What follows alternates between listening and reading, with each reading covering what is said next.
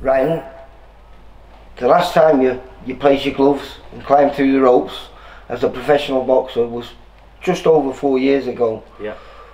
But doing that, you didn't know it was going to be the final time that was going to be the case. What happened, and how long after that fight did you find out that no longer could you continue with your career? What happened was I had that final fight. I signed up to fight for another title. It was for the British Masters title in Blackpool. I had a full camp. I'd done 6 weeks of training or something like that, and then I got a medical query that I had to look into. I went and saw some specialists and whatnot, and as a family we decided, and obviously as you know my dad was my coach, we decided that the best thing to do was probably step away from boxing at that time. I wasn't out, it didn't have to necessarily be the end, but things had changed in my life by that point. Well, you just had a daughter, literally about 2 or 3 weeks after that fight. Your daughter was born. I presume that was a major part of the decision to not continue with boxing. 100%, because it was the first time in my life that it wasn't about me anymore. It wasn't about my own goals and my own achievements, and I had other things to think about. And when my daughter came, I would be lying if I said that didn't impact my decision to make the decision to step away from boxing. Well, going back to your career, you were developing quite a good little record for yourself. I think you was 12-1. You'd fought on the VIP shows on numerous occasions. I always loved interviewing you and your dad. A great journey between the two of you. We liked getting interviewed by you. It was always fun, and you were one of the nicer sides of boxing. I love those stories. I think there was a fight, it was the penultimate fight, you fought a kid called Mike Bales, who was a real big beast. Yeah, he's a big lad. He was come with a winning record, and for me, I don't know how it was for you, but for me, I think that was the defining moment of your boxing career, because going into that fight, we normally, you know, we used to try and get opponents that we believed that you could beat and that would test you and bring something out, but this was a genuine step up. Like I say, a guy with a winning record. He had size on you, experienced on you, he'd fought at a slightly higher level than you. But what a great fight. Solitary defeat. Presenting from Blackpool, here is R P Davies. Timekeeper Gary. Absolutely awesome, I think. Ryan Davies, really credit to him. Took this fight, changed of opponent last minute. The guys come out strong and fighting, and Ryan Davies seemed to have tamed him and backed him up. Absolutely professional. And usually when you change opponent late on, it becomes an easier fight. But this is the opposite. This has probably become a tougher fight. Capital Blackpool, R P Davies. Yeah, it was, and like you say, probably the best performance in my career, because he genuinely put the fear into me a little bit. He was a big man, he obviously had good experience, had won titles and stuff, and yeah, he definitely spooked me in a good way, because me and my dad, we always believed in ourselves. We thought that we could achieve big things, and so we went into that fight, and you know, I certainly didn't box. I went to war with him, and yeah, it was a great fight to watch. But we got the performance and we got the win. I remember the interview afterwards. I was chatting to you and your dad, and it was always a lot of relief, because, like you say, going into it must have been scary, because he was a big man. But then he come into the changing rooms during the interview, and it was lovely. Yeah, you know? My fault, because I don't know. He definitely fought that. No, it wasn't him. That was. He fought that kid who won prize fighter. Who all right. Tom Duran. Yeah. And he got beat by him. He got stopped in the But that's what I'm saying. Here he is now. Come on, jump off. Cheers, awesome. Mate, full credit. Good fight. Done well. Thank you. Top man. Cheers. Cheers, awesome. Thank you. Thanks. Cheers, mate. Brilliant. Cheers. Yeah, all the best. It's lovely. Yeah, you know, of course. This is. I think you're still friends with a lot of the people that you fought. A lot of them, and that's how it works in boxing. I mean, Mike's a gentleman, but nearly everyone who I fought were gentlemen.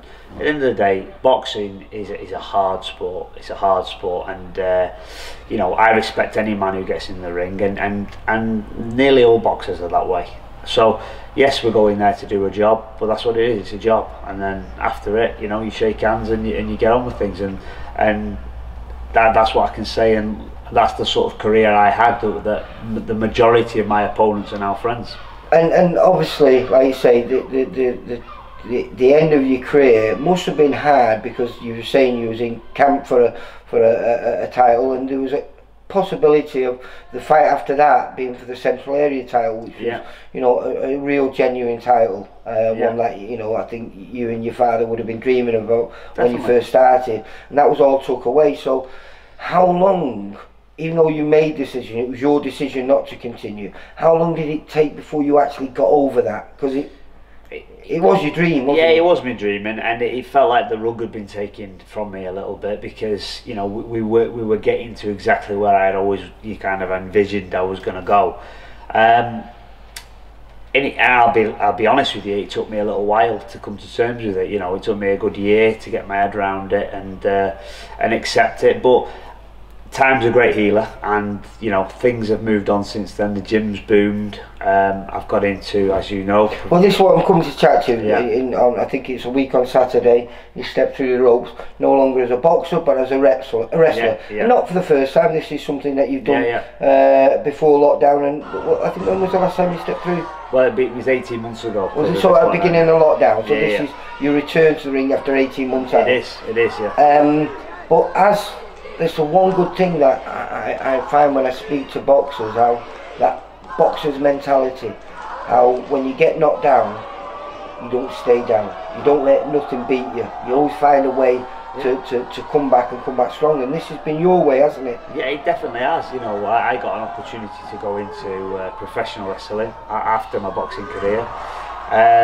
And, you know, I snapped at the chance, because I've always been a fan of it since being a little kid, and I'm a very lucky, you know, that's what I consider myself, a very lucky man. I've had the opportunity to do two dreams. I was always like a WWF fan as well, and to say that I've been able to do both, you know, to a level, it's fantastic. And, you know, the wrestling is something that's kind of really took off, and I really enjoy, and it's given me a new lease of life after boxing. And it's natural born fighter. The natural born fighter, yeah, that's the gimmick. That's the gimmick. But, you know, it all works, and I've got into wrestling as the ex-boxer, and because you come in with your gloves and all your gear on, don't you? Come on, all the gear, yeah. Still got my Susie Wong shorts and whatnot. But yeah, you know, that's the character for me, and it works. And I just really enjoy it. I think it's such an art form, and it's physically very difficult. Well, let's talk about that, because you train. I know you've trained all over the country. Yeah. But there's a place in Salford, which is just round the corner from me, which you go to there to hone your wrestling skills. Yeah, at the minute I'm training out of the Future Shock PC in Salford, which I know is very close to yourself. And I've been doing that since lockdown ended, and it's been great. You know, it's been great. I work alongside my friend and my partner Rick Marcus, who's been a great friend to me over the last 18 months, and yeah, I'm really enjoying it. There's so much to it. It's like boxing. No matter what you learn, there's always more to learn, and the performance side of something of wrestling is something that I've really kind of taken to, because I would love to get as good at this as I possibly can, just like I was aiming to do in the boxing. And this is going to continue. Is it the 7th of August? 7th of August, yeah, in Morecambe. It's my next show, and it's my first one back since lockdown. It's for Odyssey Pro Wrestling, and the show's called Set Sail. And we're back, and it'll be a good family show. You know, there'll be adults, there'll be kids there, and hopefully we'll put on a really good show and entertaining show. Morecambe is the home of world heavyweight boxer Tyson Fury, I hear so, who's a massive wrestling fan himself. He is. I mean, will we get a guest appearance, do you think? I'd like him to come. We'd certainly sell a lot of tickets if he did. But like I say, I've met Tyson before when I was boxing. He came backstage at the show you were at with me, and wished me good luck for a fight and everything. You know, a big gent. So yeah, if he wants to come down to the show in Morecambe, he's more than welcome. we can certainly find a role for him there. Well, this is, like I say, this is the first episode that I'm going to start doing with ex-VIP fighters and ex-fighters who I've interviewed previously when they were boxing. You know, it's always nice, like I say, it was a great story that was cut short, but it never finished, did it? And now this is the way your journey's continuing. The story isn't over yet. The story isn't over yet, and you know, everything I did in boxing has led me to this point now, and that's the positive sort of mindset I try and put myself in, because, you know, I'd be lying to you if I didn't say that life isn't good for me now, because it is. You know, the gym's really booming, the wrestling's taking off, things have worked out. Because how old's your daughter? She's nearly 4. She's nearly 4. She hasn't been to one yet, because I don't know if she'd like the thought of me getting beat up, but yeah, she will come. She will come. My nephew Ralph comes to him. He's a big fan. So yeah, it's great, and that's a big thing for me as well. I love to entertain the adults, but I take a lot from the kids, really, you know, buzzing off it. And I was that little kid when you know, I was that age, and I used to love wrestling, and to see them kids' eyes light up when you come out and wrestle and stuff like that, makes it mean something to me. And I think that's why I've took to it the way I have, and the way I want to continue it. Well, August the 7th, that continues. August the 7th. Hopefully I'll be down there in Morecambe. I hope so. Up there, I should say, because it's going up north, and it's even further from where I am now. And I'll come down there, and we'll try and get some backstage footage and see what goes on behind the scenes. Definitely. You're more than welcome, Lee. You'll love it, pal. I think I will do, mate. I love seeing you still happy again, mate, which is nice, because I know, like I say, you were low, but you didn't let it beat you. No. And then that's what the one good thing boxing teaches you. It's to dust yourself up, get back at. And you've done that, mate. And thank you very much. Cheers. This is episode 1, part 1, part 2 coming in a few weeks' time when we catch up with you. Definitely, mate. Ryan, you take care, mate. Thank you, Lee. Bye bye. Cheers, buddy.